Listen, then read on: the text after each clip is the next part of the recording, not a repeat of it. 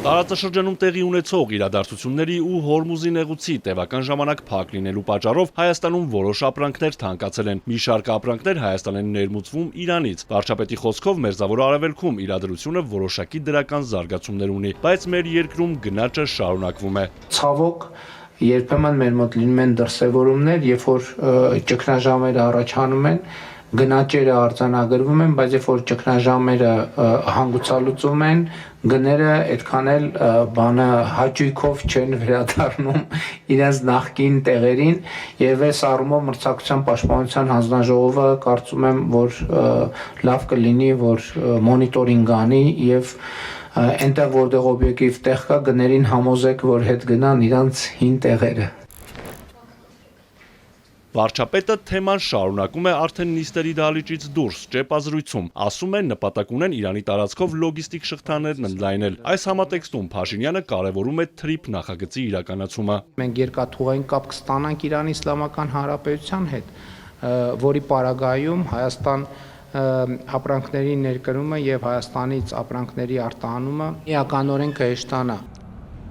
Լրագրողները վարչապետից հետաքրքրվում են, երբ է բացվելու հայ-թուրքական սահմանը եւ որ փուլում է Երևան-Բաքու խաղաղության գործընթացը։ Պրոցեսը գնում է եւ ինձ համար հարցը այն չի Թուրքիայի սահմանի բացումը եւ Հայաստան-Ադրբեջան խաղաղության համաձայնագրի ստորագրումը։ Հարցը նա թե երբ դա տեղի կունենա, մենք աշխատում ենք այնպես անել, որ դա հնարավորինս շուտ տեղի կունենա։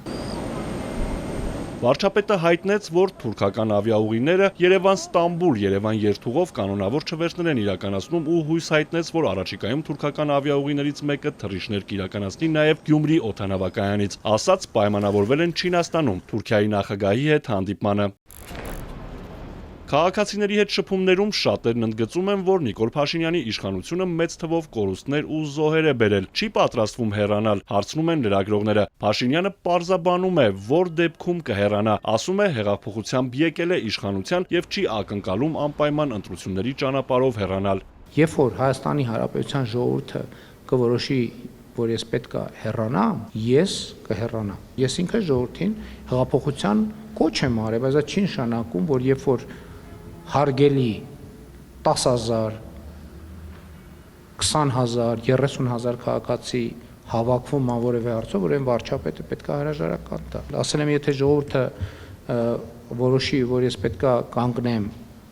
գնդակահարության պատի տակ, ես հլուկը կանգնեմ գնդակահարության պատի տակ, այսօր էլ եմ ասում։ Սահմանադրության փոփոխությունների շուրջ անհայտները մնում են։ Արարատը կմնա զինանշանին, թե ոչ հարցը կրկին օդում կախված է։ Լրագրողները հետաքրքրվում են, իրական Հայաստանի գաղափարախոսության համատեքստում Փաշինյանը անհրաժեշտություն տեսնում է Հայաստանի զինանշանից հեռացնել Արարատի պատկերը։ Իմ խնդրեմը այն չի,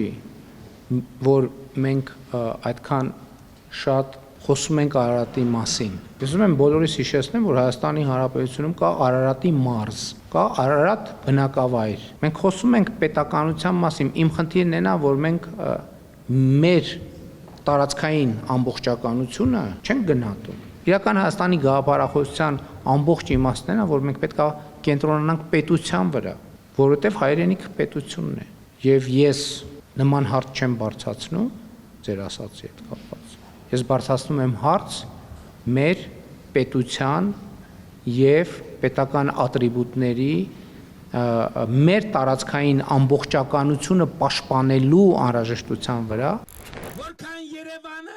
2021-ի ընտրության նախընտրական խոստումներում եղել է Արցախի ինքնորոշման իրավունքի, Շուշիի ու Հադրութի դեօկուպացիայի մասին կետեր։ Դրանք սակայն ինչպես կային թղթի վրա, այդպես էլ մնացին։ Վերջերս էլ Փաշինյանը հայտարարեց, այն ժամանակ իրենք էլ էին կայսերական գաղափարների զոհ դարձել։ Լրագրողները հետաքրքրվեցին, կա երաշխիք, որ տարիներ անց Փաշինյանի հայտարարած իրական Հայաստանը չի դառնա արևմտյան Ադրբեջան։ Մենք խոսում ենք Հայաստանի Հանրապետության միջազգայինորեն ճանաչված տարածքի մասին։ Եվ ձեր ասած նախադասությունը հնարավոր չէ հնչեցնել։ Երբ որ կա մի իրավիճակ, երբ որ դու հասկանում ես եւ ակնհայտ է դառնում, որ դրանք համատեղելի չեն, պետք է կատարել ընտրություն։ Եվ մենք կատարել ենք ընտրություն Հայաստանի Հանրապետության ինքնիշխանության, տարածքային ամբողջականության եւ պետության հարատեվության օրակարգի օգտին։ Վարչապետը խորհրդանում նաև դժգոհել էր արդարությունից ու արդարադատությունից, նշելով, թե շատ ոլորտներում պայքարում են ընդդեմ մաֆիայի։ Էպիկենտրոնի հարցին, արդյոք սա իր ձախողումն ու թերացումը չէ, երբ իշխանության գալուց 8 եւ նախընտրական խոստումից 5 տարի անց է բացահայտել մաֆիայի գոյությունը։ Այո, մաֆիան կա այդ թվում քաղաքական արտահայտությամբ եւ քաղաքական մակարդակով, որովհետեւ իրանք